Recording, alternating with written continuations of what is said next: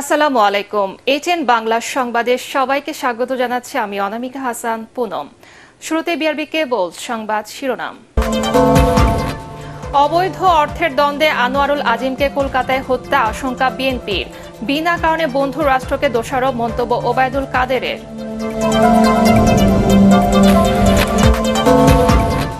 সুন্দরবনে বারবার আগুন লাগাচ্ছে বন বিভাগের অসাধু কর্মকর্তা ও মাছ শিকারীরা। তদন্ত রিপোর্ট প্রকাশ করল বাপা।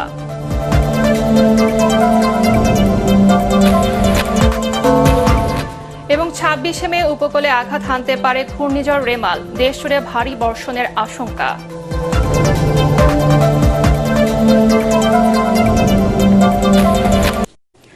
সংসদ সদস্য আনোয়ারুল আজিম হত্যাকাণ্ডে কলকাতা পুলিশের সঙ্গে যোগাযোগ রেখে তদন্ত কার্যক্রম এগিয়ে নেওয়া হচ্ছে বলে জানিয়েছেন পররাষ্ট্রমন্ত্রী ডক্টর হাসান মাহমুদ। তিনি জানান, যে ফ্ল্যাটে হত্যা করা হয়েছে বলে ধারণা করা হচ্ছে সে ফ্ল্যাটে কলকাতা পুলিশ তার মৃতদেহ পায়নি। এর আগে ঢাকা বিশ্ববিদ্যালয়ের সিনেট ভবনে আয়োজিত অনুষ্ঠানে দেশে সৌর বিদ্যুৎ উৎপাদনে নীতি পরিবর্তনের তাগিদ দেন মন্ত্রীসহ সংশ্লিষ্টরা। মুস্তাফিজুর রহমানের রিপোর্ট। ঝিনাইদহ ৪ আসনের সংসদ সদস্য আনোয়ারুল আজিম খুনের ঘটনায় মূল হোতাসহ কয়েকজনকে আটক করা হলেও অধিকতর তদন্তে কলকাতা পুলিশের সঙ্গে যোগাযোগ করা হচ্ছে বলে জানিয়েছেন পররাষ্ট্রমন্ত্রী। কলকাতা পুলিশ যে ফ্ল্যাটে তাকে হত্যা করা হয়েছে বলে ধারণা করা হচ্ছে সেখানে ঢুকেছিল, কোনো লাশ সেখানে পায়নি। আমাদের মিশনের মাধ্যমে খোঁজ রাখছি এবং মিশন কলকাতা পুলিশের সাথে নিয়মিত যোগাযোগ রাখছে। এর আগে ২৪তম জাতীয় পুনর্নবায়নযোগ্য শক্তি সম্মেলনে অংশ নেন পররাষ্ট্রমন্ত্রী সহ সংশ্লিষ্টরা। ২০৪০ সালের মধ্যে ৪০% নবায়নযোগ্য জ্বালানি নিশ্চিতে বিনিয়োগের পাশাপাশি গবেষণার তাগিদ দেন বিশেষজ্ঞরা। আমরা যে ওয়েস্ট ডিসপোজালের মধ্যে সেপারেশন করে দেওয়া এবং সেগুলিকে পুনরায় ব্যবহার করা, একটি হলো এনার্জি হিসেবে, আরেকটি হলো নিউ লাইফ দেওয়া। আমার দেশে যেখানে জায়গার অভাব আর যেখানে ইফিসিয়েন্সি আজকে বেড়েছে সোলার এনার্জি প্রোডাকশনের ক্ষেত্রে, সেখানে আমি পলিসি সেই জায়গায় কেন থাকবে? It has to be change, it must be change immediately. 2 দিনব্যাপী সেমিনারে সৌর বিদ্যুৎ ভিত্তিক বিভিন্ন প্রজেক্টের মডেলের প্রদর্শনীর পাশাপাশি সেমিনারের আয়োজন করেছে উদ্যোক্তারা। মুস্তাফিজুর রহমান, এটিএন বাংলা, ঢাকা। সাবেক সেনাপ্রধান জেনারেল আজিজ আহমেদের বিরুদ্ধে মার্কিন নিষেধাজ্ঞা দেশের জন্য লজ্জার বলে মন্তব্য করেছেন বিএনপি মহাসচিব মির্জা ফখরুল ইসলাম আলমগীর। এর জন্য সরকারকে দায়ী করে তিনি বলেন, জোর করে ক্ষমতা ধরে রাখতে গিয়ে আওয়ামী লীগ প্রতিটি প্রতিষ্ঠান ধ্বংস করে দিয়েছে। অবৈধ অর্থ নিয়ে দ্বন্দ্বের জেরে কলকাতায় এমপি আনোয়ারুল আজিম হত্যাকাণ্ডের শিকার হয়েছেন বলেও আশঙ্কা বিএনপি মহাসচিবের। মইনুল আহসানের রিপোর্ট। 15 দিনব্যাপী নানা কর্মসূচির মাধ্যমে দলের প্রতিষ্ঠাতা সাবেক রাষ্ট্রপতি জিয়াউর রহমানের 43তম মৃত্যুবার্ষিকী পালন করবে বিএনপি। কর্মসূচি চূড়ান্ত করতে নয়াপল্টনে দলের কেন্দ্রীয় কার্যালয়ে যৌথ সভা করেন মহাসচিব মির্জা ফখরুল ইসলাম আলমগীর। সমসাময়িক নানা ইস্যুতে সাংবাদিকদের প্রশ্নে তিনি কথা বলেন সাবেক সেনাপ্রধান জেনারেল আজিজের বিরুদ্ধে মার্কিন যুক্তরাষ্ট্রের নিষেধাজ্ঞা প্রসঙ্গে। কত বড় লজ্জার কথা, যে আজকে সাবেক সেনাপ্রধানকে আমেরিকা থেকে স্যাংশন দেওয়া হয়েছে, যেটা আমাদের জন্য, জাতির জন্য তত লজ্জাকর।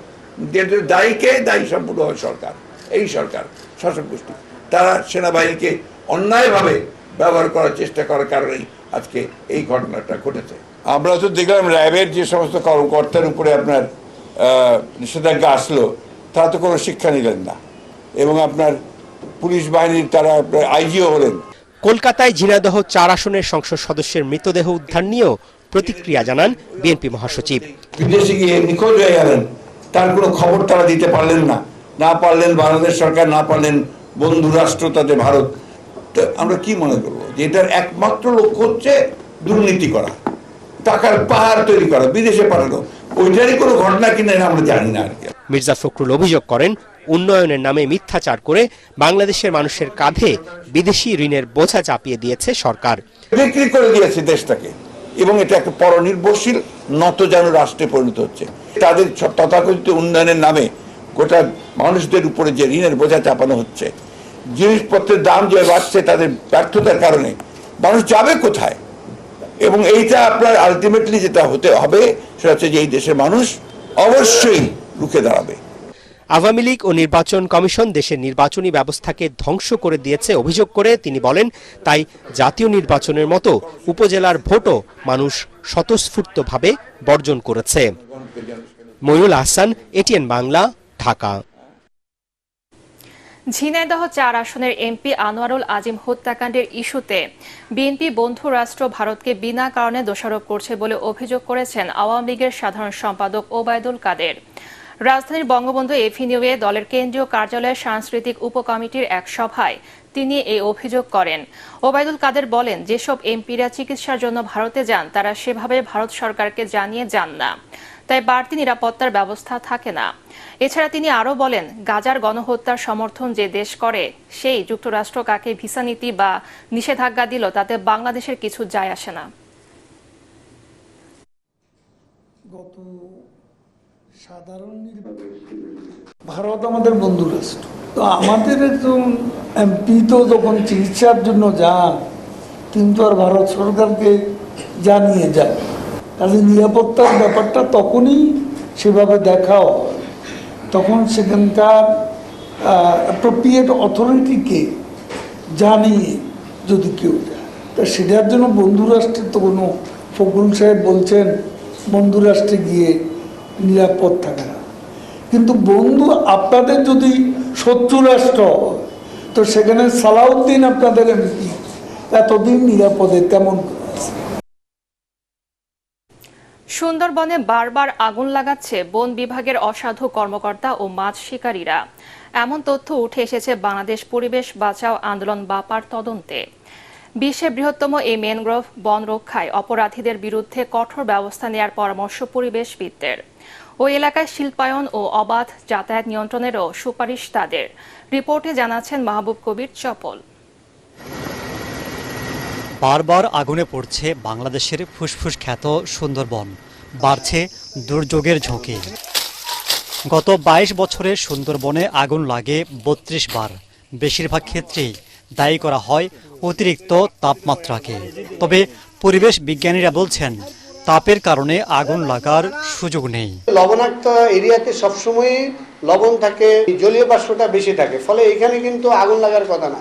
যে সমস্ত বনে দাবানো হয় সেটা অনেক ড্রাই থাকে, ড্রাই ফরেস্ট থাকে, ফলে এটি একটি মিথ্যা তথ্য, বা আমি মিথ্যা তথ্য বলবো না, বিভ্রান্তিকর তথ্য। তাহলে সুন্দরবনে আগুন লাগছে কিভাবে?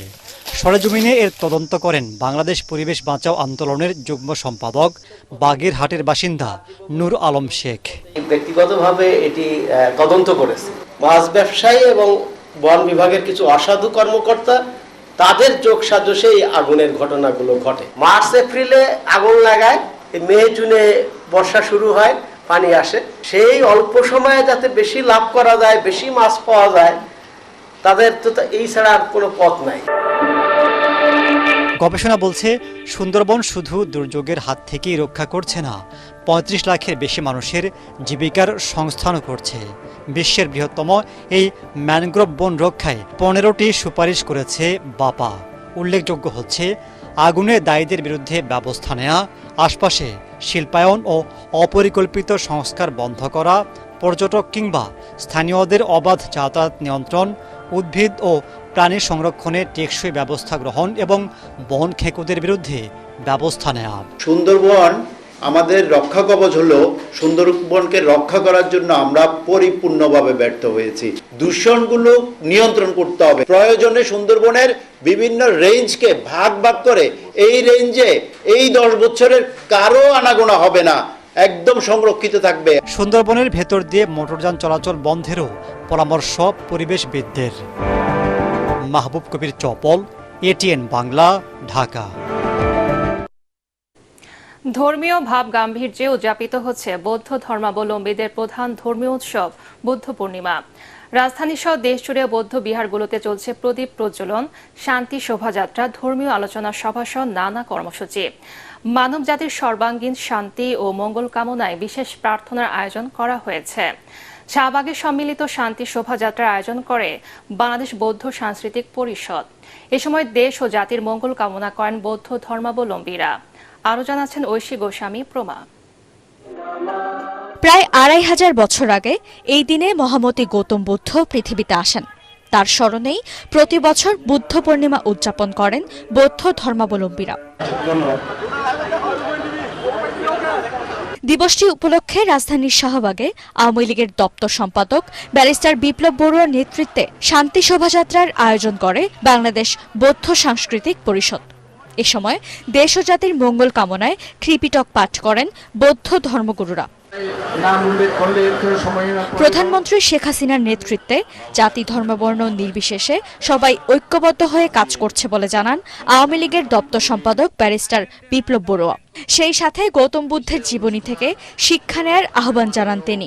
একটি রাষ্ট্র, একটি জাতি এগিয়ে যায় যখন জাতির, রাষ্ট্রের সকল নাগরিকদের মধ্যে সম্প্রীতির বন্ধন সুদৃঢ় হয়, তখন একটি রাষ্ট্র উন্নতির দিকে যায়, সমৃদ্ধির দিকে যায়। যে কাজটি আজকে করে যাচ্ছেন আমাদের বঙ্গকন্যা শেখ হাসিনা। এ সময় ধর্মমন্ত্রী ফরিদুল হক খান বলেন, যারা অসাম্প্রদায়িক চেতনায় বিশ্বাস করে না তারা দেশ ও জাতির শত্রু। অসাম্প্রদায়িক রাষ্ট্র হিসেবে এই দেশ থাকবে, তার ধারাবাহিকতায় বঙ্গবন্ধুর কন্যা জয়তী শেখ হাসিনা আজকে আন্তঃধর্মীয় সংলাপ নামে আমাদের একটা প্রকল্প গ্রহণ করা হয়েছে। সব ধর্মকে ঐক্যবদ্ধ করার জন্য প্রত্যেক জেলায় জেলায় উপজেলায় আমরা কিন্তু সেই কাজটা করে আসছি। পরে শান্তি শোভাযাত্রার উদ্বোধন করেন ধর্মমন্ত্রী। শাহবাগ থেকে শুরু হওয়া শোভাযাত্রা শেষ হয় কেন্দ্রীয় শহীদ মিনারে গিয়ে। ঐশী গোস্বামী প্রমা, এটিএন বাংলা, ঢাকা। বিশ্বের বিভিন্ন দেশে যুদ্ধের কারণে বাংলাদেশের আর্থ-সামাজিক খাতে নেতিবাচক প্রভাব পড়ছে বলে মন্তব্য করেছেন রাষ্ট্রপতি মোহাম্মদ শাহাবুদ্দিন। বৌদ্ধ পূর্ণিমা উপলক্ষে বঙ্গভবনে বৌদ্ধ সম্প্রদায় ও গণ্যমান্য ব্যক্তিদের সাথে শুভেচ্ছা বিনিময়কালে তিনি বলেন, কঠিন এ সময়ে একে অপরের পাশে দাঁড়ানোর আহ্বান জানান তিনি। ভালো কাজের মাধ্যমে নিজেদেরকে দেশের যোগ্য নাগরিক হিসেবে গড়ে তোলার আহ্বান জানিয়ে রাষ্ট্রপতি বলেন, সৎ জীবনযাপনে একে অপরকে অনুপ্রাণিত করতে হবে। শুধু নিজে বা পরিবারকে নিয়ে ভালো থাকার চিন্তা না করে সবাইকে নিয়ে ভালো থাকার পরামর্শ দেন তিনি।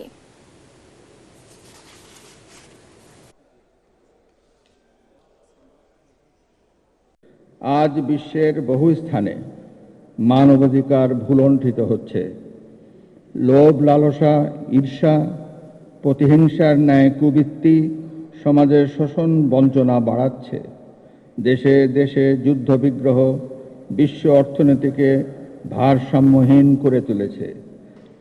বাংলাদেশ সহ বিশ্বের বিভিন্ন দেশের আর্থ-সামাজিক খাতেও এর নেতিবাচক প্রভাব পড়েছে। কঠিন এ সময়ে আমাদের একে অপরের পাশে দাঁড়াতে হবে। আমাদের প্রতিবেশী, বন্ধুবান্ধব ও আত্মীয় স্বজন কেউ যেন উৎসবের আনন্দ থেকে বঞ্চিত না হয়, সেদিকে লক্ষ্য রাখতে হবে। ২৬ মে বরগুনা থেকে কক্সবাজারের মধ্যবর্তী এলাকার উপর দিয়ে স্থলভাগে আঘাত করতে পারে ঘূর্ণিঝড় রেমাল। এর কারণে দেশজুড়ে ২৫, ২৬ ও ২৭ মে মাঝারি থেকে ভারী বৃষ্টিপাতের আশঙ্কার কথাও জানিয়েছে আবহাওয়া অধিদপ্তর।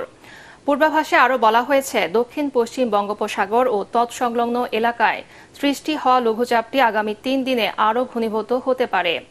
বর্তমানে নিম্নচাপটির গতিপথ ক্ষণে ক্ষণে পরিবর্তিত হলেও এটি ঘূর্ণিঝড়ে পরিণত হলে গতিপথ স্থির হবে। বুধবার সকাল ৯টা থেকে পরবর্তী ৭২ ঘন্টার আবহাওয়ার পূর্বাভাসে জানানো হয়, এর জেরে দেশ জুড়ে অস্থায়ীভাবে দমকা ঝোড়ো হাওয়া সহ বৃষ্টি ও বজ্রসহ বৃষ্টি হতে পারে। ঢাকা শহরকে নিরাপদ ও বাসযোগ্য করে গড়ে তুলতে দুর্নীতি বন্ধের পাশাপাশি আইনের সঠিক প্রয়োগ করতে হবে বলে জানিয়েছেন ঢাকা দক্ষিণ সিটি কর্পোরেশনের মেয়র ব্যারিস্টার শেখ ফজলে নূর তাপস। রাজধানীর সিরদা মিলনায়তনে উন্নয়ন সাংবাদিক ফোরাম আয়োজিত আলোচনা অনুষ্ঠানে এসব কথা বলেন তিনি। দুর্নীতিমুক্ত ও আইনের কঠোর প্রয়োগ ছাড়া নিরাপদ নগর নির্মাণ কঠিন হয়ে পড়বে বলে মন্তব্য করেন তিনি। অনুষ্ঠানে নগর উন্নয়ন নিয়ে কাজ করা বেশ কয়েকজনকে সাংবাদিক বেস্ট আরবান রিপোর্টিং অ্যাওয়ার্ড প্রদান করা হয়।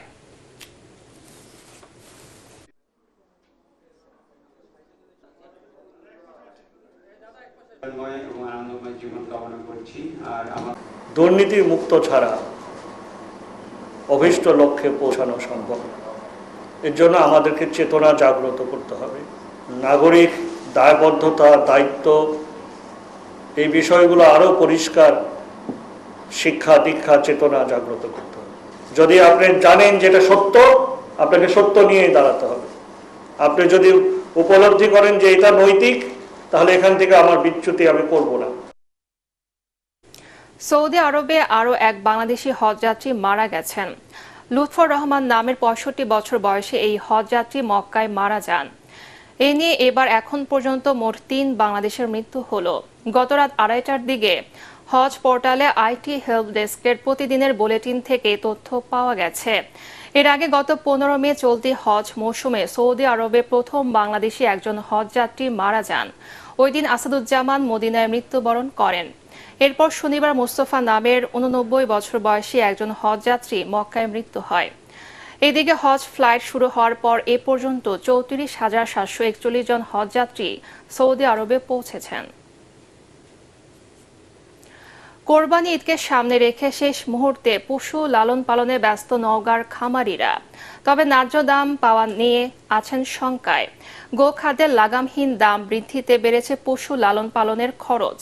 এতে বাড়বে গরুর দাম। এছাড়াও সীমান্ত পথে অবৈধভাবে গরু প্রবেশও ভাবিয়ে তুলছে খামারিদের।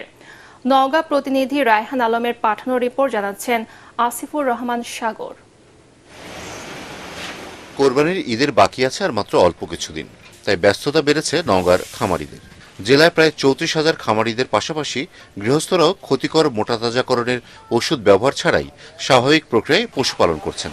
কিছুদিনের মধ্যে এসব গরু বিক্রির জন্য তোলা হবে বিভিন্ন হাটে। সামনে কুরবানি আসছে, আমরা গরুকে যত্ন করছি, এখান থেকে বিক্রি হয়, ভালো ভালো খিলাই। 1 টনের উপরে গরু আছে, এখানে দালালেরাও লিয়া যায়, হাটে বাজারেও লিয়া যাওয়া হয়। খামারিরা বলছেন এবছর গরু লালন পালনে খরচ বেড়েছে কয়েক গুণ, ফলে এবছর দাম বাড়বে গরু। তবে সীমান্ত পথে ভারত থেকে অবৈধভাবে গরু প্রবেশের আশঙ্কায় চিন্তিত খামারিরা। এর ফলে গরুর দাম পড়ে যাবার আশঙ্কা রয়েছে তাদের।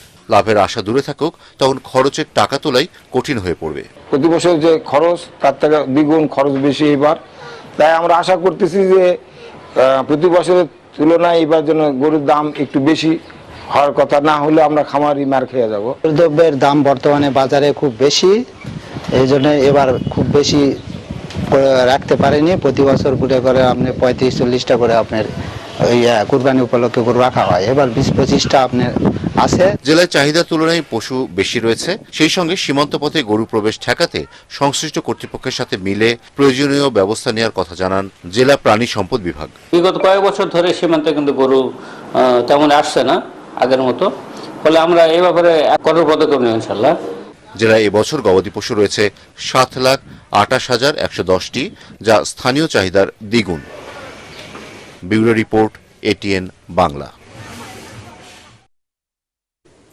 আওয়ামী লীগ সরকারের দুঃশাসন থেকে দেশের মানুষকে মুক্ত করতে সরকার পতনের আন্দোলনকে আরও বেগবান করার আহ্বান জানিয়েছেন বিএনপি মহাসচিব মির্জা ফখরুল ইসলাম আলমগীর।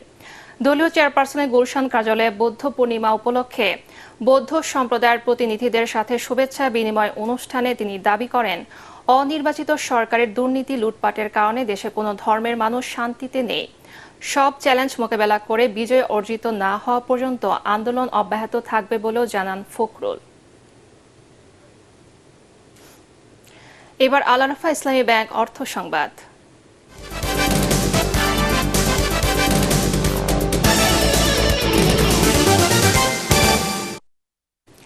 ওয়ালটন পণ্য কিনে মিলিয়নিয়ার হওয়ার কাতারে এবার যুক্ত হলেন বন্দর নগরী চট্টগ্রামের ব্যবসায়ী আবু আলম।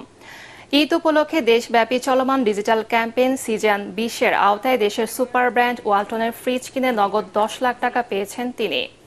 হয়েছেন ওয়ালটন ডিজিটাল ক্যাম্পেইনের 36তম মিলিয়নিয়ার।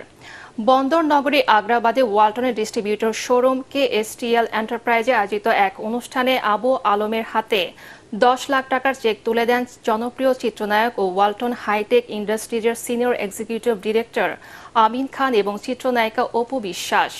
এ সময় উপস্থিত ছিলেন ওয়ালটন ডিস্ট্রিবিউটর নেটওয়ার্কের head of sales Firoz Alam, Walton ফ্রিজের chief business officer Tahsinul Haque, ওয়ালটনের senior executive director Shahjalal Hossain Limon, distributor নেটওয়ার্কের divisional sales manager Abdul Bari, regional sales manager Nesar Uddin, KSTL এন্টারপ্রাইজের স্বত্বাধিকারী আব্দুল কাদের খান। ঈদ উৎসবকে ঘিরে ডিজিটাল ক্যাম্পেইন সিজন 20-এর আওতায় ক্রেতাদের নন স্টপ মিলিয়নিয়ার হওয়ার সুবিধা দিচ্ছে ওয়ালটন। মাচা পদ্ধতিতে বিদেশি জাতের তরমুজ চাষ করে ব্যাপক সফলতা পাচ্ছেন জয়পুরহাটের কৃষকরা। চাষের খরচ কম ও লাভ বেশি হওয়ায় অন্য ফসলের চেয়ে তরমুজ চাষে ঝুঁকছেন চাষিরা। জয়পুরহাট প্রতিনিধি রফিকুল ইসলাম রফিকের রিপোর্ট, জানাচ্ছেন মুশফিকুর রহমান। কয়েক বছর আগেও তরমুজের আবাদ খুব একটা ছিল না জয়পুরহাটে, তবে লাভ বেশি হওয়ায় এখন জেলা জুড়ে ছড়িয়ে পড়েছে এর চাষ। চলতি মৌসুমে জেলায় প্রায় 500 বিঘা জমিতে মধুমালা, অনুভব, ইয়েলো বার্ড, তৃপ্তি, ডায়না, ব্ল্যাকবেরি সহ নানা জাতের তরমুজ চাষ হয়েছে। এই জাতগুলোর বেশিরভাগ চায়না, থাইল্যান্ড ও তাইওয়ানের। কৃষকরা জানায় 1 বিঘা জমিতে তরমুজ চাষে খরচ হয় 50 থেকে 60 হাজার টাকা। অন্যদিকে বাজারে ভালো দাম পাওয়া গেলে বিক্রি হয় 1.5 লাখ টাকা পর্যন্ত। ধান আলু আবাদ করে করে করে করে লস হচ্ছে কৃষকের। তে আমরা লাস্টে জিআরডিএম এর সহযোগিতায় আমরা এই মাঠে তরমুজ চাষ করি। ধান এবং অন্যান্য যে ফসল আছে তার চেয়ে অনেক লাভজনক ফসল। জমিতে যা খরচ হয়েছে সেই খরচ থেকে আমি 2.5 লাখ টাকার মতো বিক্রি করতেছি আজ। তরমুজ চাষে কৃষকদের বিভিন্ন সহায়তা দিচ্ছে স্থানীয় কৃষি বিভাগ ও বেসরকারি সংস্থাগুলো। আমরা জিআরডিএম পিকেসিবের আর্থিক সহযোগিতায় কৃষকদেরকে গ্রীষ্মকালীন যে উচ্চ মূল্যের যে ফসল, গ্রীষ্মকালীন তরমুজ, এগুলো কৃষকদেরকে আমরা চাষ করার জন্য প্রশিক্ষণের পাশাপাশি আমরা বিভিন্ন ধরনের বীজ, ইয়েলো স্টিক, ফেরোমন ফাঁদ, মালচিং পেপার, বীজ সহ সব উপকরণ তাদেরকে বিনামূল্যে বিতরণ করছি, যাতে এই উচ্চমূল্যের ফসল চাষাবাদে তাদের উদ্বুদ্ধ হয়। সরকারিভাবেও বিভিন্ন ধরনের কারিগরি সহায়তা এবং উপকরণ সহায়তা দিচ্ছি। আমাদের মালচিং প্রদর্শনী হচ্ছে তরমুজে। এখানকার উৎপাদিত তরমুজ জেলার চাহিদা মিটিয়ে সরবরাহ হচ্ছে রাজধানী ঢাকা সহ দেশের বিভিন্ন অঞ্চলে। আগামীতে আরো বেশি তরমুজ চাষের আশা করছেন কৃষক ও কৃষি বিভাগ। মুশফিকুর রহমান, এটিএন বাংলা। সিরাজগঞ্জের ঢালাই স্পেশাল সিমেন্টের ডিলার মেসার্স অনেক মোটরসের উদ্বোধনী অনুষ্ঠান অনুষ্ঠিত হয়েছে।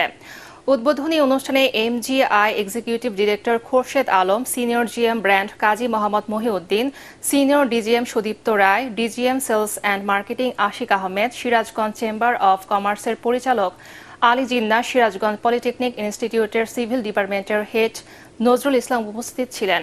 সংশ্লিষ্টরা বলেন, যে কোনো স্থাপনার ছাদ, বিম ও কলাম এর জন্য বিশেষভাবে তৈরি ও কার্যকর এই ব্লেন্ডেড সিমেন্ট বাংলাদেশের নির্মাণ সামগ্রী খাতে একটি যুগান্তকারী সূচনা। এবার পার্টেস খেলার খবর।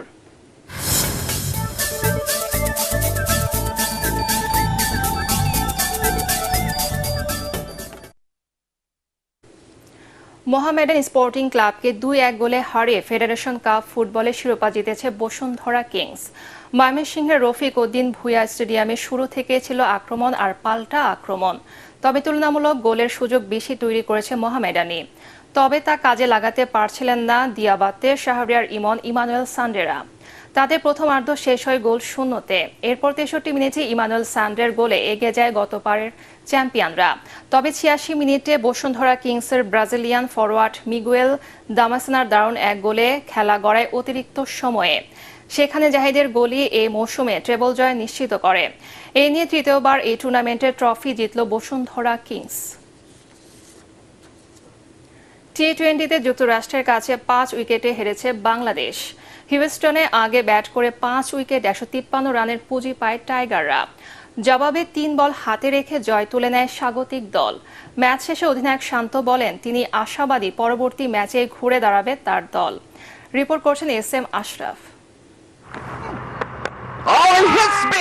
চমক বলার সুযোগ কি আছে?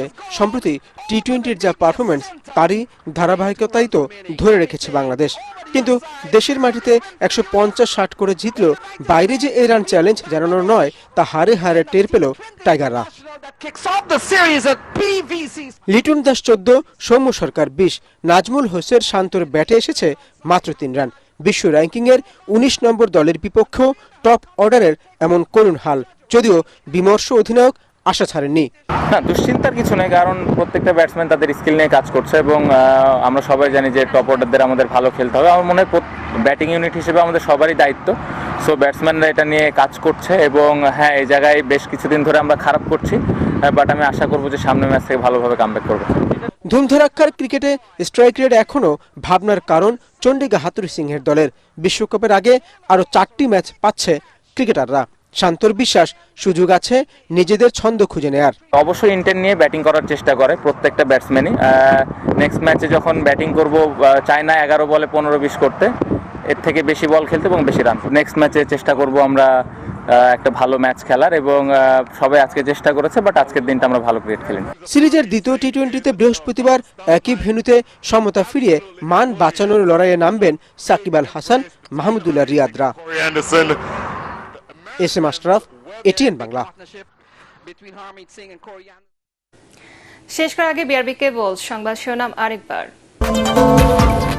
অবৈধ অর্থের দ্বন্দ্বে আনোয়ারুল আজিমকে কলকাতায় হত্যা আশঙ্কা বিএনপির, বিনা কারণে বন্ধু রাষ্ট্রকে দোষারোপ মন্তব্য ওবায়দুল কাদেরের। সুন্দরবনে বারবার আগুন লাগাচ্ছে বন বিভাগের অসাধু কর্মকর্তা ও মাছ শিকারীরা, তদন্ত রিপোর্ট প্রকাশ করল বাপা।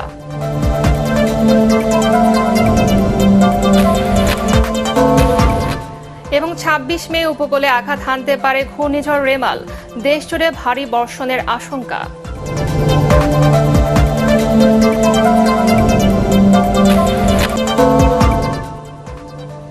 পরবর্তী সংবাদ দেখার আমন্ত্রণ জানিয়ে এখনকার মতো শেষ করছে। এটিএন বাংলার সংবাদ ইউটিউব দেখতে ব্রাউজ করুন, youtube/ATN বাংলা নিউজ। ধন্যবাদ সবাইকে।